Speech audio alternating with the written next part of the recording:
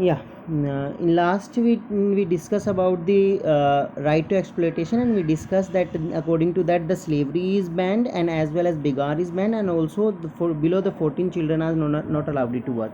Second is basically right to freedom of religion, that no one has a right to sorry, no one, no, so everyone has a right to choose their religion. Basically we are talking about it, that our constitution basically give a right that everyone have a right to choose their religion. They can consider any religion whatever they want. Also they have right to change their religion. If they want to change their right, they can change their right. Okay, so basically that is also same ideology which is followed up by the earlier example. Like have a look on the Mughal time period and then the British time period. Whenever anyone is invading the separate parts, so they are forcing the people to change the religion. So in democracy that right was formed, so no one can force anyone to change the religion, and everyone have right to follow the religion whatever they want to follow. So article 25 is basically talking about freedom of conscience to free profession, practice and progression of the religion, that every person have the right to choose any religion whatever religion he wants to follow. Second, article 26, freedom of managing the religious affair. Yeah, so article 26 is basically talking about freedom of managing religious affair. Means whatever rituals and whatever practices you want to follow, or if you want to spread your religion, if you want to preach people regarding your religion, you want to guide, you can guide. Second is freedom to pay the tax and promotion of any particular religion. If you want to pay some kind of the money for promotion of some religion, which is known as donation, which we always give in the temples, and also Muslim will give in the madrasa. So that is basically that if you want to give the money for promotion of your religion, you can give. Also people are totally allowed it to freedom of attend religious instruction of worshipping certain educational institute. If you want to join any kind of the institution which is basically giving the special teaching of the religion, you can join. There is a clear idea about it, that yes, a religion have the right to promote or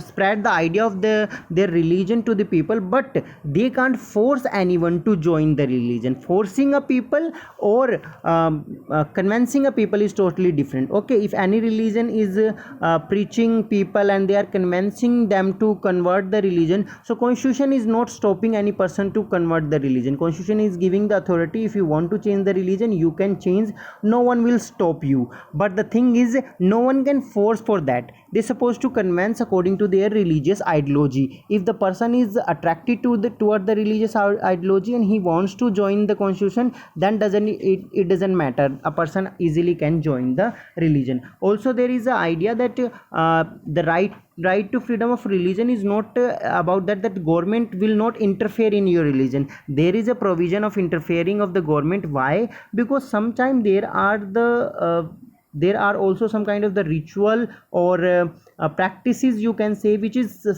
certain kind of the social evil, okay, which is not good for the people, like sati pratha. Okay, in Hinduism there was sati pratha, and that was stopped by Lord William Bentinck in 1829. Why? Because according to sati pratha, the female supposed to take a place in a fire, means she supposed to burn herself with the dead husband. So that was not good.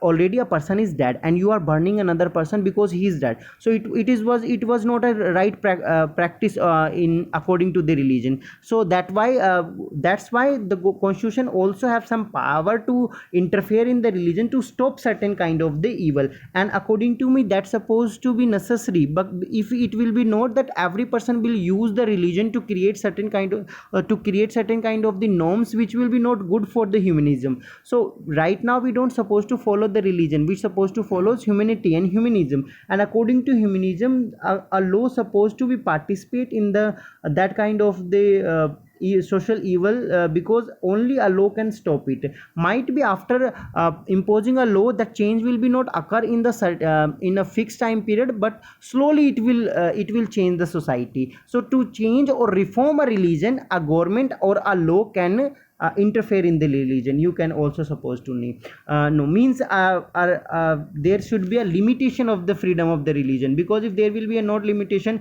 have a look on the terrorism is also a concept of the religious activity, because every time whenever the how they are creating the terrorists, they are changing their ideology on the behalf of the religion.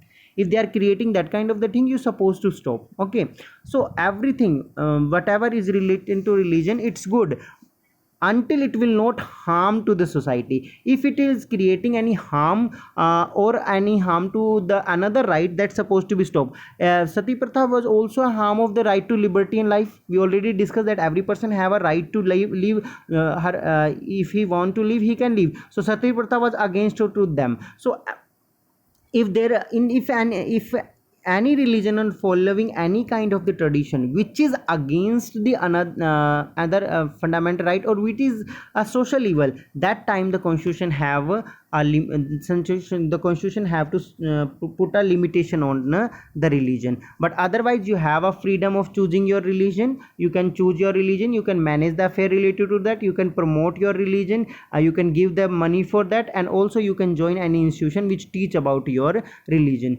Next is culture. Also before the cultural education, there is a equality of the religion. Okay, I didn't mention in it, but there is a topic in a book, equality of the religion. What is equality of the religion? That Indian government is giving equal status to every religion. Indian government doesn't have any official religion. Okay, because in our preamble what is written is secularism. What is secularism? That no minister, president or judge or public official, anyone can't promote any kind of the religion or give a special authority to any of the religion. So that is according to the right of equality, we can say that is guarantee that government will not discriminate on the basis of the religion of the equality. What is right to equality? That there should be no discrimination on the basis of religion, gender and whatever. So according to that right, the government will not give any preference to any religion. Okay, not any kind of the admission or whatever it is, no preference is given according to the religion. Next is culture and education.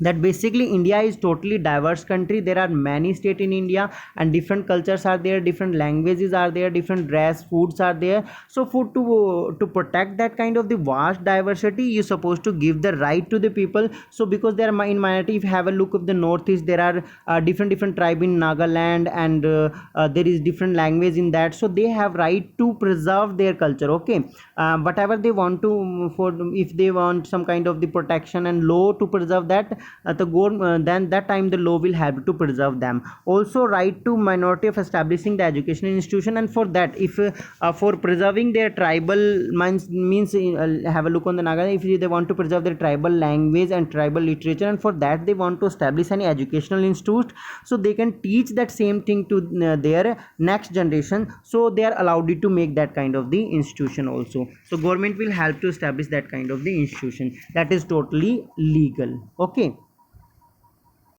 and that shows that our constitution was basically believing in the idea that diversity is our strong strength, and we also have a slogan that unity in diversity. So to promote that unity in diversity, we gave that to kind of the right, that they can promote their language and culture and minority, they can protect it, and for the protection they can establish any kind of the institution also. Next right is right of constitutional remedy. Right to constitutional remedy we will not discuss in a larger perspective, because there are certain other aspects in that, but I will give you that, and then we will discuss laterly in that in the next class. Right is remedy is basically a person have a right, if he thinks that any right is harmed, he or she can directly go to the court. For that they can